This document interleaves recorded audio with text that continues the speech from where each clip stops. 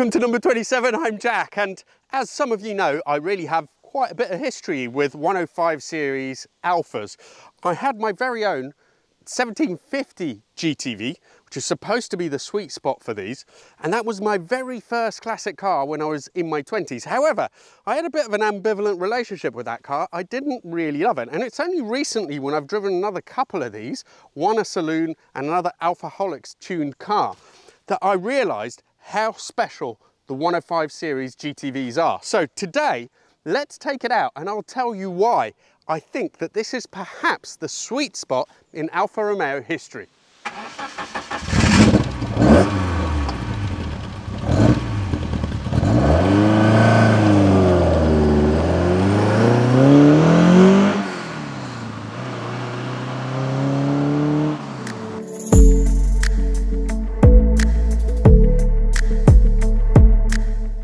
The 105 series of cars are basically comprised these coupes and also the Giulia saloon. Saloons for a long time weren't worth any money really, but nowadays they're super popular. A lot of resto mods with them, and also with these coupes. The coupes were a little bit shorter, I think, is it 116 millimeters? Not very much anyway, but they were supposed to be the sporting pinnacle. Before this, they had the step front cars. They were 1.3 or 1.6s. Then there was a facelift. So the car that you see here with the twin headlights and so on as part of that facelift. This was originally a 1.6 Junior, which was the more approachable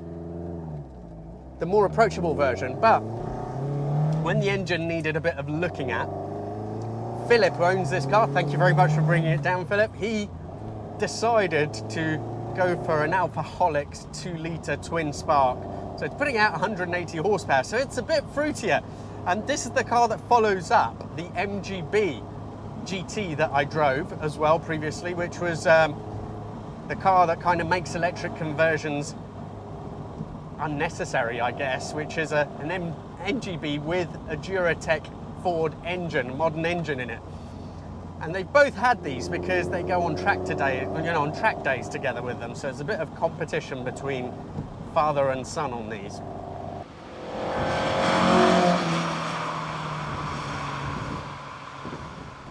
Now earlier I said that I think this is peak Alfa, and the reason why I said that is that this point in time, the sort of late 60s, early 70s, was when Alfas, they weren't the kind of really top-end cars that you had, and unapproachably top-end cars that you had before and just after the war. They were a little bit more attainable, but Alfa had still retained that DNA where they made very special cars that were technically advanced. So, for example, these, when they came out, they had an engine which was absolutely incredible for the time, all aluminium, twin cam. Then they had disc brakes all round, which was pretty much unheard of at the time, and a 5-speed gearbox. Let's see how this one goes down the road.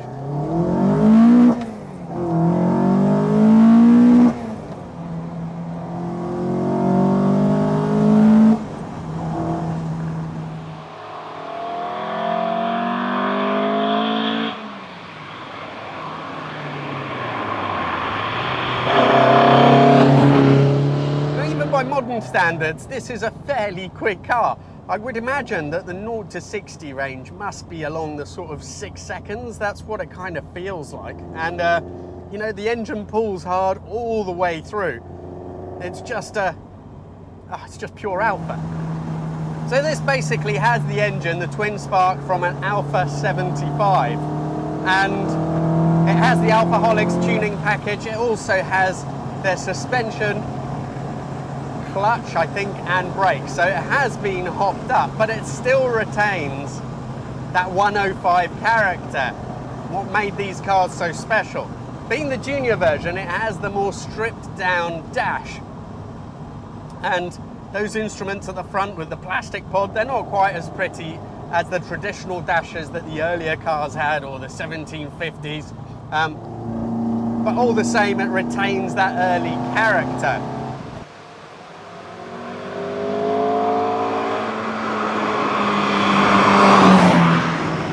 So I want to know from you, do you agree that this was peak Alfa Romeo, or am I You know, am I just talking out of my arse? Am I just saying stuff which really doesn't make much sense?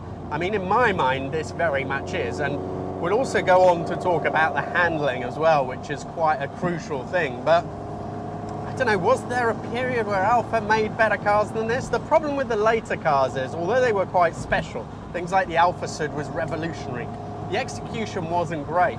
I think these were much better built.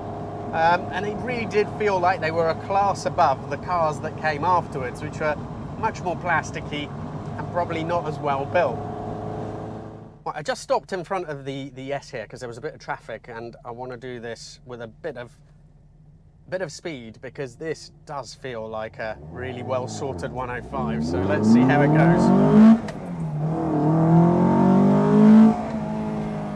So keep it in second gear. That wonderfully progressive steering, so feelsome.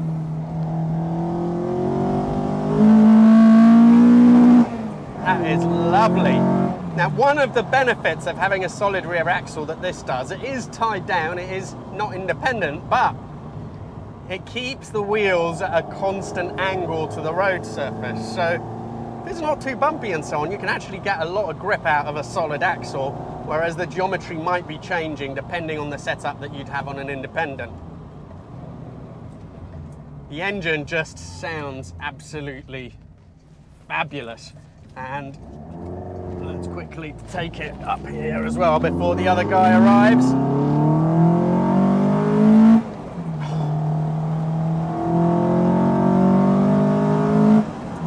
You know, these Alfas have soul, and I think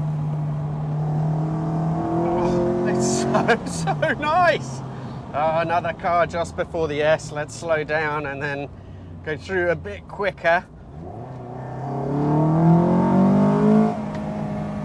Second gear is perfect for this.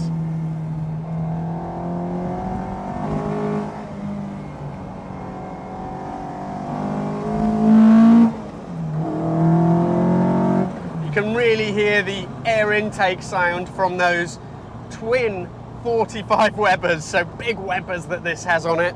Now, the gear change is just typically Alfa. I don't know what it is about Alfa Romeo. I've never driven an Alfa that has a decent gear change. That's not to say there's nothing nice about this. It's just that it's too long. Why did they do it like that? So it's nicely mechanical in feel, but it's quite slow and it's quite long. Alfa, the later cars with the transaxles were even worse. I guess it's part of the experience of owning and driving an Alfa. Bertone style these, and I think it's just a really timeless design, and it has a front end that, I don't know, let me know if you think so, but I don't think it's been bettered on any car. That twin headlamp grille has got just the absolutely perfect mix of aggression, proportionally perfect. It is just absolutely spot on. I mean, you can really tell that the Alfaholics goodies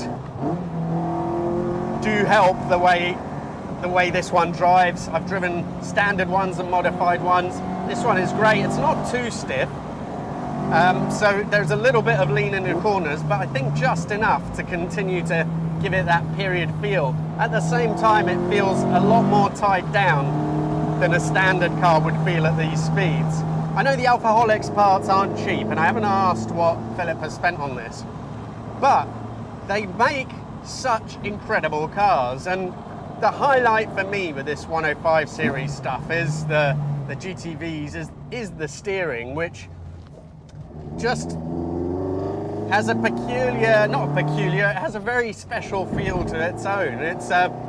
It's just weighed right, it gives you so much communication.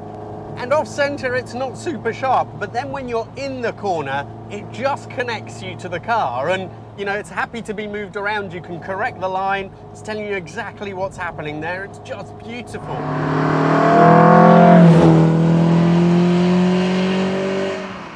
Well, it's been absolutely brilliant to drive a 105 series again, and if you haven't, I really suggest that you look into one of these. They are just fantastic cars and true Alfa Romeos. Thank you all so much for watching. If you want me to do a video on one of your cars, please get in touch. This is the best address. And I really look forward to seeing you for the next video.